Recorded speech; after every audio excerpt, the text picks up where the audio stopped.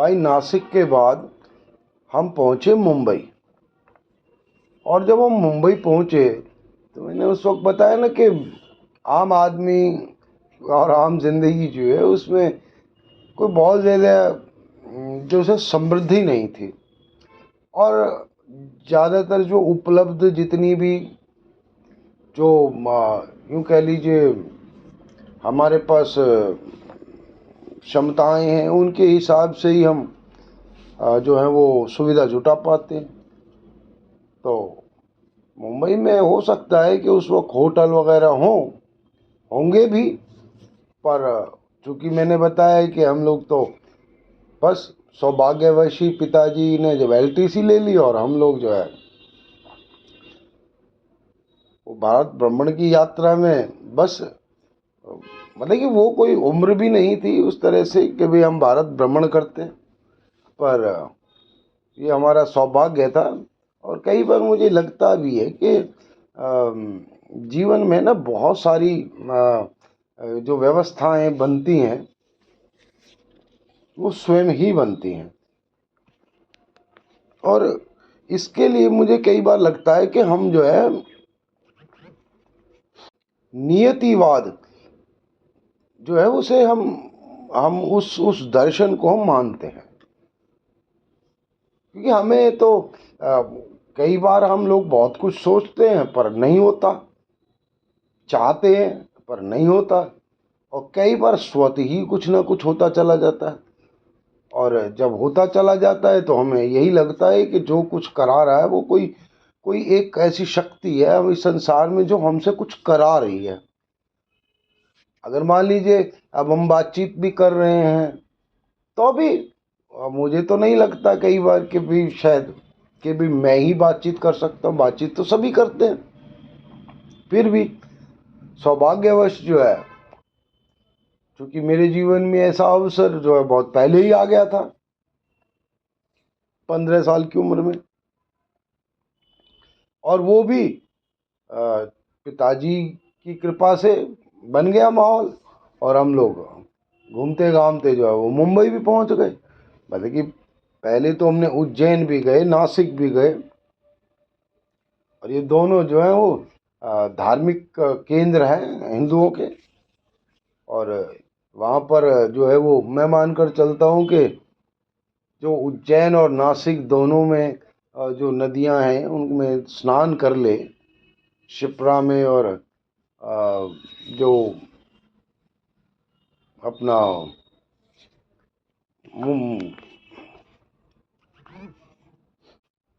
जो दामोदर नदी है,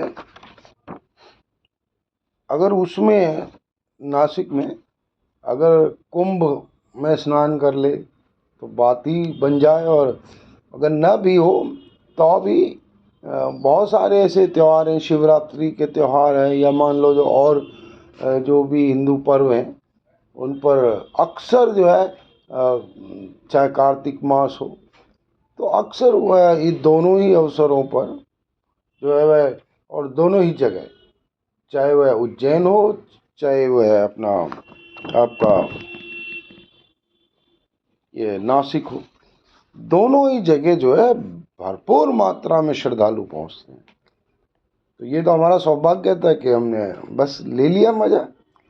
अब भाई सब अपने अपने भाग्य की बातें, हमारे भाग्य में था तो हमने उस समय कर लिया, वरना लोग कितना ही जोर लगाते रहते पूरी ज़िंदगी इस तरह के प्रोग्राम बनाते रहते हैं कि इस बार हम जो है उज्जैनी हो आए या इस बार जो हम नासिक ही हो आए। पर लोग जो है अगर दिल्ली में है तो ज़्यादा से ज़्यादा वो हरिद्वार हो आते हैं हर तरह के कर्म कांड के लिए।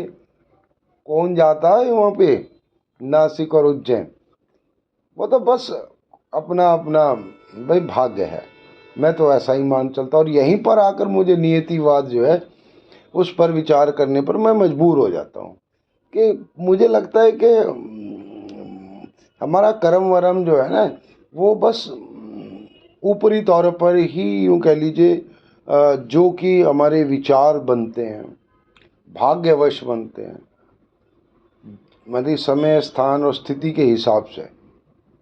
मैं ये लगातार इस बात का उदाहरण दे सकता हूँ कि समय, स्थान और स्थिति यही हमारे जीवन को फलीभूत करने में अपना महत्वपूर्ण योगदान बनाते हैं। मैं अब वो ये भी कहते हैं ना कि हम यहाँ ही क्यों पैदा हो गए, वहाँ क्यों ना पैदा हुए, या वहाँ पैदा हुए हम यहाँ क्यों ना पैदा हुए, कुछ भी कह लो, पर मुझे लगता है कि सृष्टि का नियामक है, कुछ सृष्टि का जो प्रकृति का मैकेनिज्म है, उसके हिसाब से फिर बहुत सारी चीज़ें हैं। ख़ास तौर से अगर हम और विचार करें तो जैसे डीएनए का मामला है, जैसे मान लीजिए कुछ पैतृक जैविक कुछ भी मान लो, तो ये सारी जो व्यवस्था मिलती है बनती है ना मिलजुल करके, चाहे वो हमारा इतिहास हो, चाहे वर्तमान हो, चाहे भविष्य हो, सभी जो है वो समय, स्थान और स्थिति पर टिके हुए हैं। जैसा स्थान होगा, जैसा समय होगा और जैसी स्थिति होगी, वैसा ही आदमी जो है वो फलीभूत होता, पनपता है। वही अपने आसपास वैसा ही जो है जुगाड़ पानी वो कर लेता है। और किसकी किस्मत में, मतलब कहते हैं ना भाई पता नहीं कब भाग्य जो है या यूँ मतलब किस्मत जो है वो रंक से राजा बना देता है। तो अब ये सब केवल बातें हैं, कहने की बातें हैं। अब एक आम आदमी के तहत जो कुछ मैं विचार पाया, जिस तरह का मैंने सफ़र तय किया, जैसी मैंने जीवन की यात्रा की, तो मुझे तो कई बार ऐसा ही लगता है, हम जो चाहते हैं वो कहाँ होता है। और कई बार हम नहीं चाहते वो बात हो, लेकिन वो बात होकर ही मानती है। पता नहीं क्या कारण बन जाते हैं, अकारण ही कई कारण बन जाते हैं, और हम न चाहते हुए भी बस चूक जाते हैं, निर्णय नहीं ले पाते, निर्णय हमारे हाथ में ही नहीं होता। वो तो ऐसे लगता है जैसे कि ना, जैसे हम, अब पता नहीं अब इसको क्या कैसे समझा जाए कि भाई जैसे मान लो हम कई बार जो है बच्चे जो है वो 10th क्लास के बोर्ड के एग्ज़ाम देते हैं। मैं भी उस समय 10th में आया था, मैं 10th का एग्ज़ाम नहीं दिया था। अपने 15वें साल में जिस हिसाब से हमारे जो एजुकेशन का स्ट्रक्चर है उसके हिसाब से 6 साल का बच्चा जो पहली क्लास में एडमिशन होता था, और 15 या 16 साल की उम्र में वो 10वीं कर लेता, मैट्रिक कर लेता था। तो वही बात वो हमारे साथ थी कि हम जो है 9वीं क्लास में था मैं उस वक्त, जब हम लोग इस भ्रमण पे निकले थे। छुट्टियां हो गई थी और मैं 10वीं में, मेरी 9वीं पास करके 10वीं में आ गया था। और उस गाड़ी में तो मतलब कि मैंने बताया ना कि वो उम्र ही ऐसी है कि छोटे मोटे आकर्षण जो है वो चूँकि वो हमारे शरीर के स्तर पर भी और मानसिक स्तर पर भी कुछ आकर्षण जो है वो पैदा होने शुरू हो जाते हैं उस समय। हमें पता कुछ नहीं होता, लेकिन बस आकर्षण होते हैं। हमें ये भी पता चल जाता है कि जैसे कि एक उम्र तक तो ये बहुत अभी तो खैर बहुत जल्दी पता चल जाता है बच्चों को, लेकिन एक उम्र तक तो बच्चों को यही नहीं पता चलता था कि लड़की और लड़का में फ़र्क क्या है। मतलब उन्हें ज़्यादा पता ही नहीं चलता था। एक 8-9 साल का बच्चा जो है अनभिज्ञ होता था उस समय, 10 साल का भी। मतलब जब 11-12वें साल में जब बहुत ज़्यादा सामाजिक जो स्थितियाँ बनती थीं और उन्हें लगता था, उन्हें पता चलना शुरू हो जाता था कि भाई स्त्रीलिंग और पुल्लिंग क्या होता है, पुरुष और स्त्री जो है उसमें जो कुछ भेद होते हैं उनके बारे में पता चलना शुरू हो जाता है। और वो उम्र, वो जो शारीरिक तौर पर जो चेंजेस आते हैं फिजिकल तौर पर, वो तो बहुत मतलब ये दिखने ही शुरू हो जाते हैं। तो हम भी मतलब कि मैं 9 से 10th में आया था, और मैंने देखा था कि बस के अंदर कुछ लड़के थे, लेकिन वो 12वीं 12th कर चुके थे, और शायद कुछ जो है वो 10th में थे। तो सब ऐसा ही था। पर अब वो देखो ना कितनी बड़ी मुश्किल पैदा हो जाती है कि कोई लड़की जो वो 10th में थी, और मान लीजिए जो मैं 9th में था, और एक लड़का जो है वो भी शायद मेरे ख्याल में 8th में था। तो 8th और 9th में कोई ज़्यादा फर्क नहीं था, पर फर्क तो था। तो हम लोग जो है उस लड़की से संकोचवश यही बात नहीं करते थे, जबकि ऐसा कुछ नहीं था कि हम मतलब कि हम परिचय नहीं है या हम जानते नहीं, लेकिन संकोचवश कि हम तो 10th में आए हैं और वो 10th के एग्ज़ाम दे चुकी है। तो अब ये सब चीज़ें खैर, तो मैं ये कह रहा था कि कई बार क्या होता है, मैं इसलिए जिक्र ज़्यादा कर रहा था कि जैसे मान लीजिए बोर्ड के एग्ज़ाम देते हैं, या वैसे भी जो हम अपनी कक्षाओं में जो परीक्षाएं देते थे, तो कई बार हमें लगता था अरे यार, घर आकर के हम लोग कैलकुलेशन कर लेते थे उस समय के भाई ये इसके इतने नंबर मिल जाएंगे, इसके इतने नंबर, इसके इतने नंबर। और भाई हम तो इसमें जो है 75 नंबर आ गए, 70 नंबर आ गए, 60 नंबर आ गए। और कई जगह पर हमें लगता था कि भाई 40 या 30 नंबर ही आए, 35 नंबर आए हैं, चलो इसमें तो पास ही हो जाए तो काफ़ी है। कुछ विषय ऐसे भी थे। तो जो विषयों की बात थी, तो खैर मेरा तो खैर अंग्रेजी का जो मसला था वो तो शुरू से ही खराब था, नो डाउट। मतलब कि मुझे पता है क्योंकि हम लोगों को छठी क्लास में ABC सिखाई जाती थी उस समय। जो बच्चे आजकल पैदा होते ही मतलब कि वो जो वोकेबलरी है, इंग्लिश वोकेबलरी है, उसको वो जान जाते, पैदा होते ही जान लेते। और हम लोग 12 साल के हो जाते थे तब जा कर के हम छठी में पहुंचते थे, और छठी में हम जो है हमें ABC सिखाई जाती थी। और उसी समय हम काव पे और पोस्टमैन पे और इन सब चीज़ों पर जो है वो ऐसे ही लिखा करते थे, पैराग्राफ लिखा करते थे। तो भाई अपना हाथ तो सगुन समय के दौरान में जिनके परिवार में मतलब कुछ कल्चर रहा हो इंग्लिश का, या इंग्लिश जो है उन पर बहुत ज़्यादा दबाव बनाया जाता हो, तो वो लोग तो फिर भी थोड़ा बहुत इंग्लिश जो है वो पढ़ लेते थे, समझ लेते थे। लेकिन जो मिडिल क्लास या आम जिंदगी से निकले हुए बच्चे थे उनकी तो बहुत दयनीय स्थिति थी। और वो तो बस पता न कैसे, यूं कह लो कि कभी आगे वाले डेस्क पे बैठे बच्चे को छेड़ते थे, कभी पीछे वाले को। और भाई किसी तरह से ही कुछ तो कर दो यार, पास हो जाए।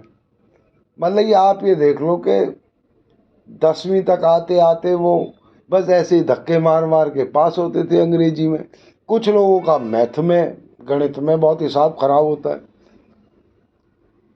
और कई साइंस में खास तौर से बायोलॉजी वगैरह तो फिर भी चल जाता है, या मान लीजिए फिजिक्स है, केमिस्ट्री है।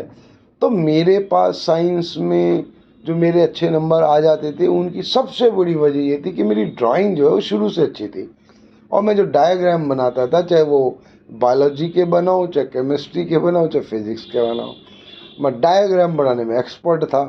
और डायग्राम के ज़्यादा से ज़्यादा नंबर मिल जाया करते थे, तो मेरा साइंस तो बिल्कुल फिट था। सोशल साइंस भी, मतलब सामाजिक ज्ञान भी, और हिंदी भी अच्छी थी उस समय, ठीक थी, क्योंकि मैं ऐसे ही परिवार से पैदा हुआ था। हिंदी हिंदी बोली भी जाती थी, और वहाँ पर बस सौभाग्यवश ही कह लो, भाग्यवश कह लो, बोले वहाँ पे कवि और लेखक भी पैदा हुए थे हमारे परिवार में। तो वो बस, और उस समय का दौर भी ऐसा था कुछ, तो हिंदी भी ठीक थी, बस अंग्रेजी पर मेरा हाथ तंग था, शुरू से ही तंग था। तो मैं ये कह रहा था कि वो जो अनुमान होते थे ना, अनुमान जो हम घर आकर लगाते थे किसी भी क्लास में, 7वीं 8वीं के बाद में इस तरह का जोड़ गणित जो है वो शुरू हो जाता था। भाई पेपर देकर आए हो तो कितने नंबर आएंगे, कैसे आएंगे, तो बड़ी जुगत लगाते थे लोग। और अब यहाँ पर आकर नियतिवाद, पता नहीं कैसे होगा, क्या होगा, कौन कर रहा है, इसमें तो हमारा मामला ही नहीं जमेगा। और उसमें और कई बार क्या होता था, जिस विषय में हम सोचते थे कम नंबर आएंगे, उसी विषय में ही बहुत अच्छे नंबर आते थे। अब ये मालूम नहीं कैसे, फिर हमें ये डाउट होता था कि शायद वो टीचर जो है जिसने पेपर चेक किए ना, वो जो है बहुत दयालु था, इसीलिए हमारे इसमें नंबर आ गए। और इसमें जो सख्त टीचर था, अरे यार उसने मार्किंग बहुत टफ कर दी। 20 में 3 नंबर आते थे तो इसमें तो इसने आधा ही नंबर दिया। और उस समय थे भी कुछ ऐसे ही लोग, कुछ लोग तो जो है वो एक स्टैंडर्ड के हिसाब से कि भाई 5th का बच्चा ये जवाब दे रहा है या 8th का बच्चा ही इस तरह का जवाब दे रहा है एग्ज़ाम में, तो ये कंफर्टेबल है। लेकिन कुछ जो है वो ये मानकर चलते थे कि जितना उनके अंदर ज्ञान है उतने ही ज्ञान तक वो बच्चा जो है वैसा कुछ लिखे, जैसा उसने पढ़ा है बिल्कुल वैसा ही वो उतार दे, फिर उसको नंबर दे सकते थे, वरना वो तो नंबर काट पीटते थे। और हालात बड़े ख़राब थे। और ऐसे में लोग जो है वो भाग्य का बड़ा सहारा लेते थे। मतलब हमें ऐसा लगता था कि हम तो बस जैसे गाय के बछड़े पैदा होते हैं और गाय के बछड़े जैसे बड़े हो जाते हैं, ऐसे ही हम इंसान थे, और इंसान भी बस पैदा होते हैं और पैदा होते हैं और बड़े हो जाते हैं। हमें नहीं पता चला कि कब कैसे कहाँ किस तरीके से हम जो है वो जीवन में कुछ जो है वो सक्षम हुए। क्योंकि आज भी समस्या तो आज भी वही है कि कौन आदमी कहता है कि भाई मैंने ऐसा सोचा, और जो सोचते भी हैं तो कहाँ वैसा हो पाता है, और हो भी जाए तो क्या वैसा होगा।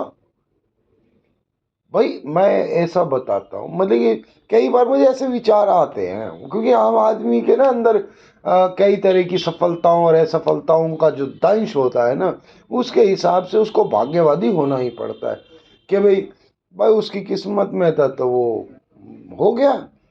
अब जैसे मान लो कई बार, जैसे मुझे नहीं पता लेकिन मैं जो भी बातें बोल रहा हूँ, आप उससे सहमत हो ना सहमत हो, असहमति हो तो भी कोई बात नहीं है, लेकिन मैं जो कुछ मेरी एक आम आदमी की ज़िंदगी में जो होता है, जो घटित होता है, मैं उसके बारे में ही बस चर्चा कर रहा हूँ। जैसे मान लो जैसे जैसे जैसे मान लो एक प्रोग्राम है जो अमिताभ बच्चन जी, जो वो करोड़पति कौन बनेगा करोड़पति।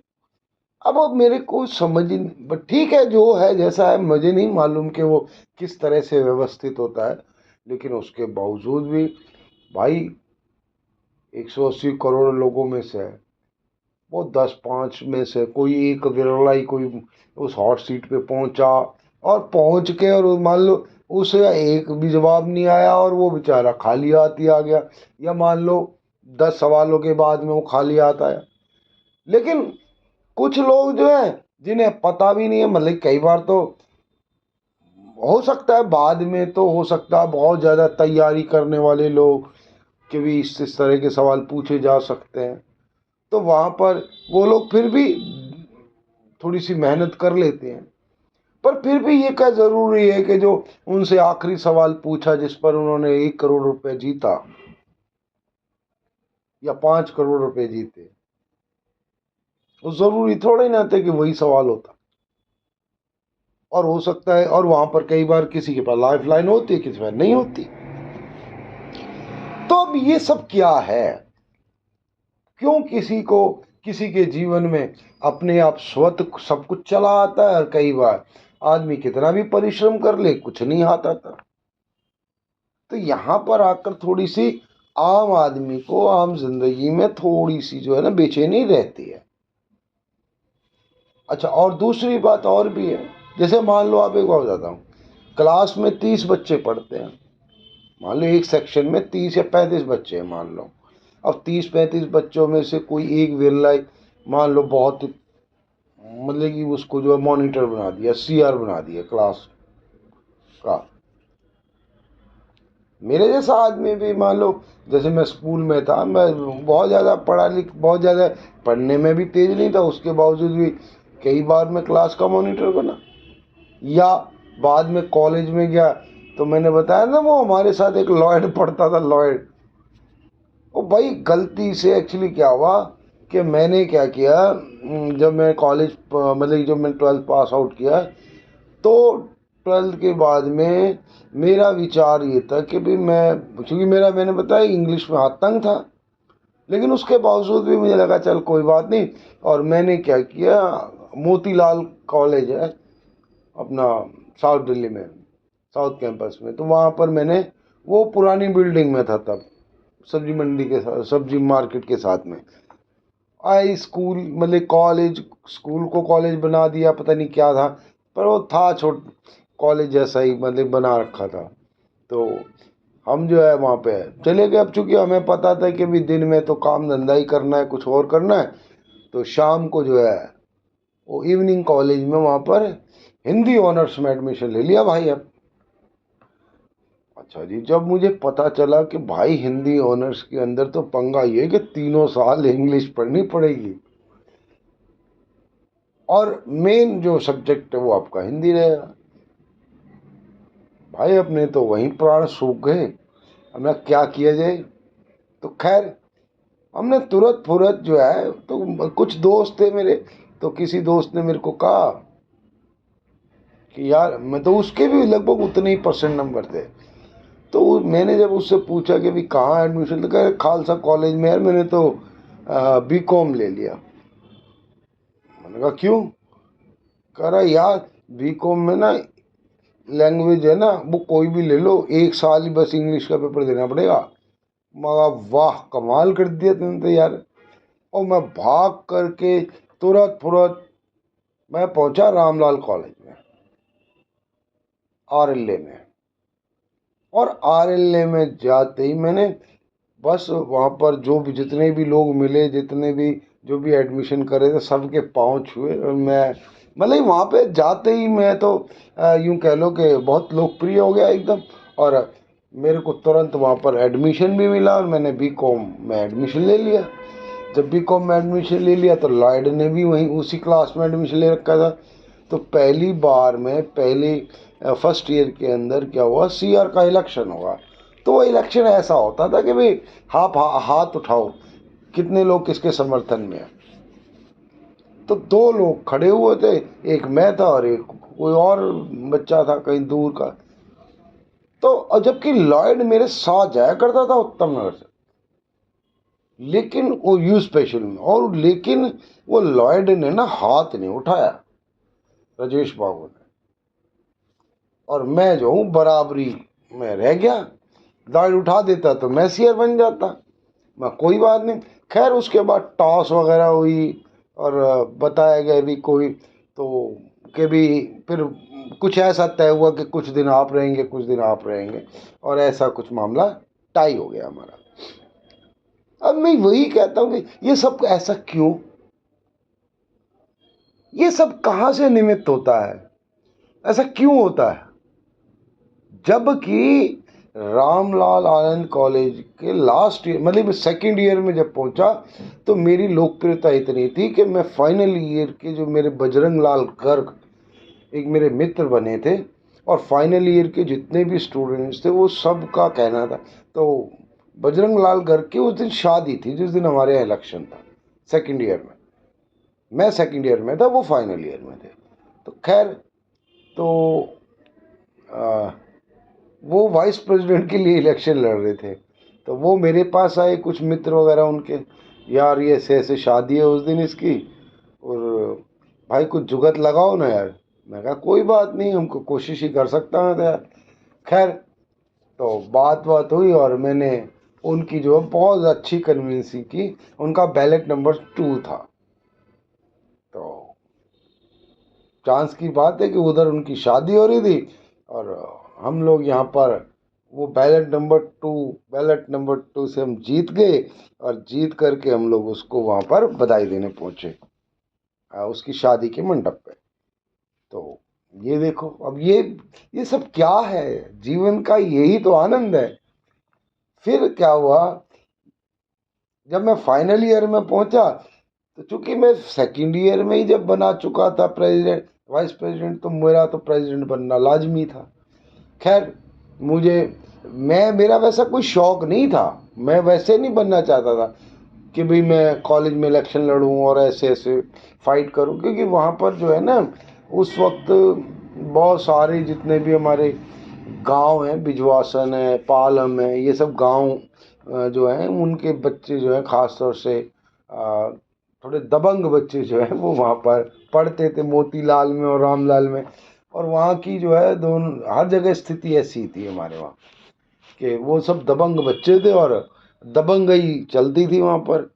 ARSD में भी, आत्माराम सनातन धर्म में भी, और आसपास ये 2-3 कॉलेज थे, 4 कॉलेज थे लगभग, तो यहाँ सब चलता था ऐसा। खैर जी, तो जब फाइनल ईयर में मैं पहुंचा, तो जब पहुंचा तो वहाँ मेरे कोई ऐसे ही कोई विकासपुरी का एक दोस्त जो है वो मुझे अचानक वहाँ टकर गया। मतलब कि उसने देखा कि भी, अरे तुम आदित्य हो, तुम तो यार वहाँ विकासपुरी रहते हो? मैं हाँ रहता हूँ। खैर, परिचय वरिचय से वो जानता था मुझे और मैं भी थोड़ा थोड़ा उसको जानता था। खैर जी, तो जब मैं फाइनल ईयर में शुरुआत ही के दिनों में वो मुझे मिल गया, जब लोगों के एडमिशन हो रहे थे। तो जब उसने देखा तो उसने कहा, यार भाई यार, ये दो दो एडमिशन है, ये देख यार, अगर हो जाए तो कुछ हो। अब मुझे पता था कि एडमिशन मेरे कहने से थोड़ा ना होंगे, पर बावजूद उसके कि बस कुछ होना होता है, तो कुछ भी नहीं, बस उनके परसेंटेज है या जैसा भी है, तो अंदर के भी ये, यार कम से कम ये पेपर तो पहुंचा दो, उनकी उनकी एप्लीकेशन तो दे दो। इतना तो खैर चलता था मेरा सेक्शन ऑफिसर से, मतलब कि मैं बातचीत बातचीत कर लेता था और बहुत ही अच्छे मेरे संबंध थे। लाइब्रेरी में भी मेरा अच्छा खासा रुतबा था। तो खैर, तो वो मतलब मेरे प्रयासों से एडमिशन नहीं हुआ उन बच्चों का, जिनका वो गंजू जो लड़का था विनोद, उसका मेरा जो इम्प्रेशन उस पर रहा वो ऐसा रहा कि मैंने ही एडमिशन कराया, जबकि मेरा उसमें कोई हस्तक्षेप नहीं था। बट ठीक है, वो परसेंटेज से या कैसे उनका हो गया, तो उसने जो है हल्ला मचा दिया कि भाई आदित्य की तो बड़ी चलती है, बड़ी चलती है। खैर, फिर नया सेशन शुरू हुआ। जो फर्स्ट ईयर में जो बच्चे आए वो उनका भी परिचय मुझसे था, सेकंड ईयर वाले तो मेरे उसमें थे ही, और फाइनल ईयर के बच्चे वो तो मेरे साथ ही थे ही। तो जब मैं कॉलेज के स्टेयर्स पे चढ़ता था तो सभी तरफ से वेव आता था, वाह और कैसा है, क्या चल रहा है, कहाँ हो, काफ़ी दिन बाद दिखाई दे रहे हो। और ये इम्प्रेशन कोई विशेष वजह थी मेरे अंदर, ऐसा कुछ नहीं था। बस ऐसे ही, बस क्योंकि मैं एक बहुत साधारण सा इंसान था, बातचीत कर लेता था लोगों से, मुस्कुरा लेता था, और यही जीवन की लय थी मेरी, एक आम आदमी के अंदर। बस, और थोड़ा सा यूं कह लो कि मुझे ये नहीं पता चला कि भाई ये सब संभवतः ऐसा क्यों होता चला गया, क्योंकि मुझे बहुत अच्छे से ध्यान है, जो मेरे फाइनल ईयर में जब मैं प्रेसिडेंट बना तो फिर मैं CR भी बना दिल्ली यूनिवर्सिटी का। लेकिन मुझे ये पता है कि जब मैं वहाँ मतलब अब ऐसा माना जाता है कि वहाँ राजनीति होती है या राजनीति का बीज गिरता है, ऐसा कुछ मुझे तो नहीं लगता। हाँ, जो शाणे होते हैं वो शाणे ही होते हैं भाई। मतलब ये कोई ज़रूरी नहीं है कि वहाँ पर कोई प्रेसिडेंट बन जाएगा तो आगे जा कर के वो को राजनीति में बहुत बड़ा हस्तक्षेप कर लेगा।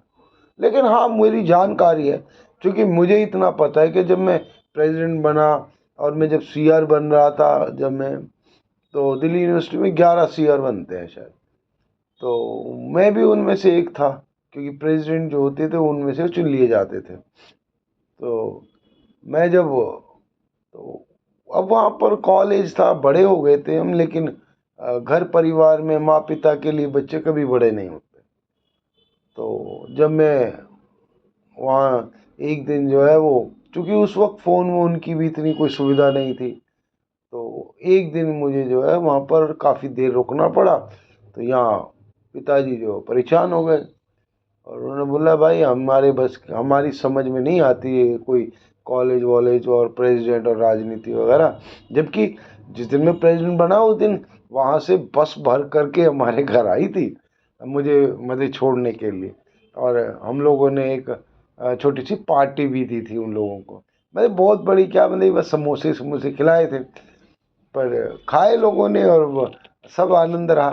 तो खैर पिताजी ने मने कर दी, खैर हमने भी। और फिर जो और कॉलेजों के जो प्रेसिडेंट थे वो भी आने लगे घर। तो वो कोई कुछ कहता था, कोई कुछ कहता था, सबकी अपनी अपनी दृष्टिकोण था। अंकल जी वहाँ तो ऐसा भी हो सकता है, वैसा भी हो सकता है। वो जिस कॉलेज में है वो कॉलेज का प्रेसिडेंट है वो रामलाल का। ओहो। और वहाँ पर तो आपको पता ही है पालम और बिजवासन के लोगों का कितना दबदबा है। मोतीलाल कॉलेज बिल्कुल अब साथ ही आ गया है। अरे तो तमाम तरह की बातें होती थी। जबकि मैंने अपने प्रेसिडेंट होने के दौरान मतलब कि खैर और सारी बातें भी, बहुत सारी बातें हैं, तो मैं बताऊंगा कभी जीवन में, कभी मौका लगेगा तो मतलब इस चर्चा में मौका मिलेगा। अभी तो बहुत सारा जीवन का हिस्सा, अभी तो हम लोगों ने शायद जैसे मान लीजिए वैज्ञानिक जो हो प्रकृति के बारे में 2-4% ही जानते हैं, 1% ही जानते हैं। ऐसे ही शायद मेरे ख्याल में जीवन की जितनी भी मेरी यात्रा है उसमें से अभी तो हमने शायद 1% बात की है। अभी तो पल पल दुख सुख आनंद परमानंद और जीवन की जितनी सफलता असफलता, उसके बाद संभाव में आना, उसके बाद में प्रेम में डूब जाना, फिर प्रेम से आनंद की प्राप्ति करना, ये सब मेरी यात्रा का हिस्से हैं। तो खैर प्रेसिडेंट साहब जो है वो समझ गए कि भाई हमारा मसला वहाँ नहीं है। जबकि मेरे दौर के बहुत सारे ऐसे, मेरे बैच के बहुत सारे ऐसे लोग थे जो कि सीआर थे मेरे, मतलब मैं प्रेसिडेंट था और वो लोग बस और मतलब कि वाइस प्रेसिडेंट और उसके बाद में सेक्रेटरी, जनरल सेक्रेटरी, उसके बाद में और भी होते थे आर वगैरह, सीआर वगैरह। तो वो खैर वो लोग भी मैंने देखा कि जब दिल्ली यूनिवर्सिटी से, फिर वो दिल्ली यूनिवर्सिटी से फिर इलेक्शन लड़ रहे थे वो लोग। और वो लोग पूरे जीवन अब तक भी वो लड़ते रहे जब तक वो कहीं से जो है वो यूँ कह लो काउंसलर और विधायक न बन गए। मेरे आसपास बहुत सारे ऐसे लोग हैं जिनको मैं जानता हूँ। वो लोग अब हम वो भी शायद हो सकता है कि तिरछी निगाहों से मुझे जानते हो, पर मैं तो बिल्कुल सीधी निगाहों से उनको जानता हूँ कि फलाना फलाना फलाना ये सब मेरे बैच के लोग। खैर तो आज जो है इस सुखद यात्रा को यहीं विश्राम लेते हैं और फिर बातचीत जो है क्रमशः कल जारी रखेंगे। तो आपकी जय हो, सदा सदा ही जय हो।